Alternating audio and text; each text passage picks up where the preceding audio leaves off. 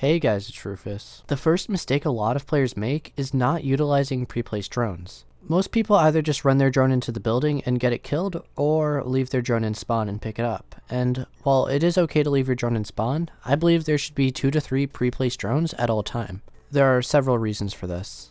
As an entry player, you want to get rid of your utility as quick as possible because you're most likely going to die first. If you pre-place a drone, you can get rid of some of that utility early on and make it useful.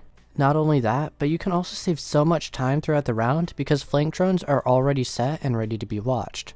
You can also clear rooms faster if you already have a pre-placed drone. And lastly, they can save rounds. When you see a pulse go below sight, you can save a round with just that intel. A well-placed nitro can entirely kill your momentum as the attackers, and so you need to be very careful with them. The final use of pre-placed drones is to watch rotations. This can be helpful in so many situations, because if you say, Jaeger's rotating to some room, you can rotate your positioning quickly and try and pick off a Jaeger as he's rotating. Overall, the teams that pre-place drones and also have their flanks well secured usually do pretty well on attack. Pre-placed drones make everything so much easier throughout the round, and you seriously need to start using them. However, if you're a support, save your drone because you need it for droning, of course. The next mistake is leaving areas undefended, and what I mean here is when the attackers push one side and all the defenders rotate in order to get into the action. What a lot of people do is just ignore their flanks. You should always have somebody nearby that's just watching the backside. If not a person, then there should be a camera, but either way, you need to have a way to account for every entrance to site or to an area that the defense is holding. Really, there's no excuse for not watching our backside, it's just being lazy. Another mistake players make is not paying attention to their audio. First, I'll see people move around way too much when it's quiet and give away their position, especially in clutch situations. This can also apply to people who are holding positions. Usually if you're an anchor, you'll get bored, but a lot of people move around way too much and let their guard down too. Audio is significant in Siege, and when you move around too much, you're giving live intel to the other team on your approximate position, and so you're really disadvantaging yourself when it comes to taking gunfights.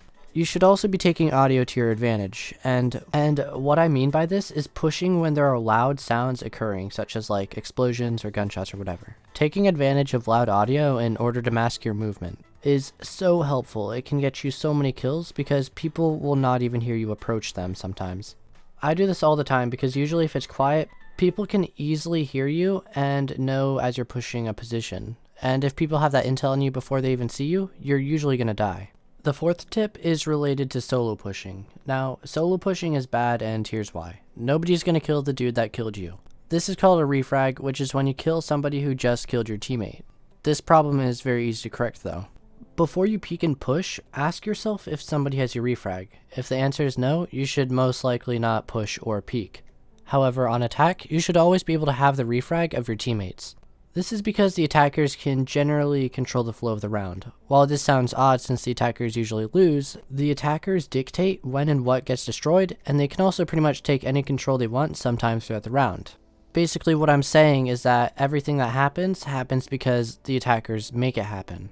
When a team attacks, they're dictating how the defenders play too, and so that's the control the attack has over the defense. Now, if you solo push and die, here's what's going to happen a lot of the time. You lose the round and it's your fault because you made a dumb decision.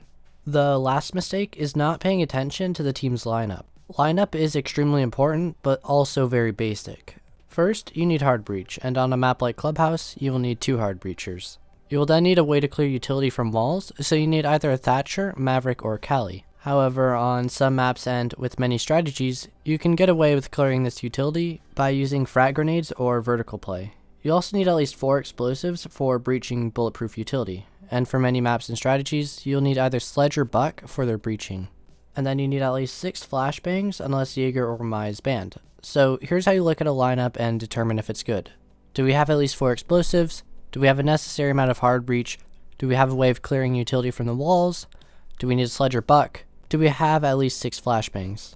So if you look at your lineup and check off these boxes, you'll easily be able to get a strong lineup. Usually you'll have 1 extra slot, which is where your creativity can come into play. Now, this isn't super specific, and the reason I'm not being very specific is because a lineup can vary a lot in Siege, and I don't really want to restrict you to a certain way of playing, and I want you to be able to think creatively and come up with alternative ideas. Now, if you want to follow my Twitter, Discord server, or Patreon, link will be in the description below. But that's all I have to say for this video, and if you learned something, give the video a like, and if you want to see more content like this, then subscribe.